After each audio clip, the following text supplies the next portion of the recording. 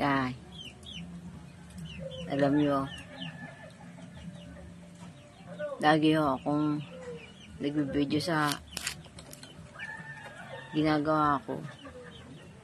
Wala naman nangyayari sa akin. Lagi ako nagpo-post ng mga kanta ko. Wala din nangyayari sa akin. Puro pakit lang. Alam nyo guys, diyadaan ko na lang sa ngiti-ngiti, sa videos, sayaw, kanta, kukwentuhan ka ng mga anak ko. Ito na totoo guys. Napakalaki ng problema ko. Yes, it's true. Sana po guys, tulungan niyo ako.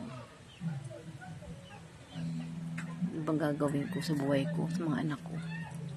Kung may asawa naman ako, na hindi mawala-wala ang pag-iinom ng mga asawa ko, ng asawa ko.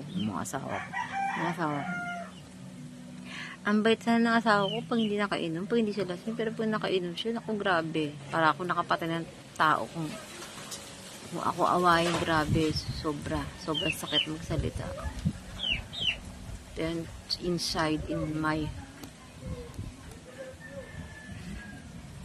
ako po, hindi ko na kaya. Parang susuko na ako. Pero, nilabanan ko lang po yung sama na loob ko sa asawa ko. Minsan, pag walangkot ako, nagaganto-ganto lang ako. Kasama ko yung pusa ko.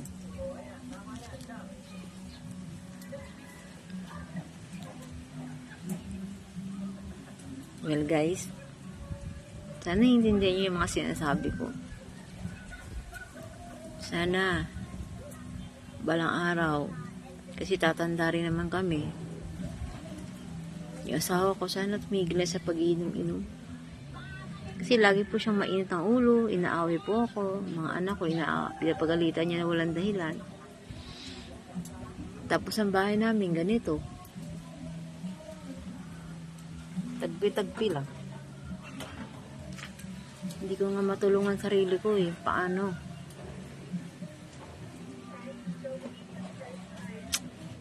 Well guys, thank you for listening to my life.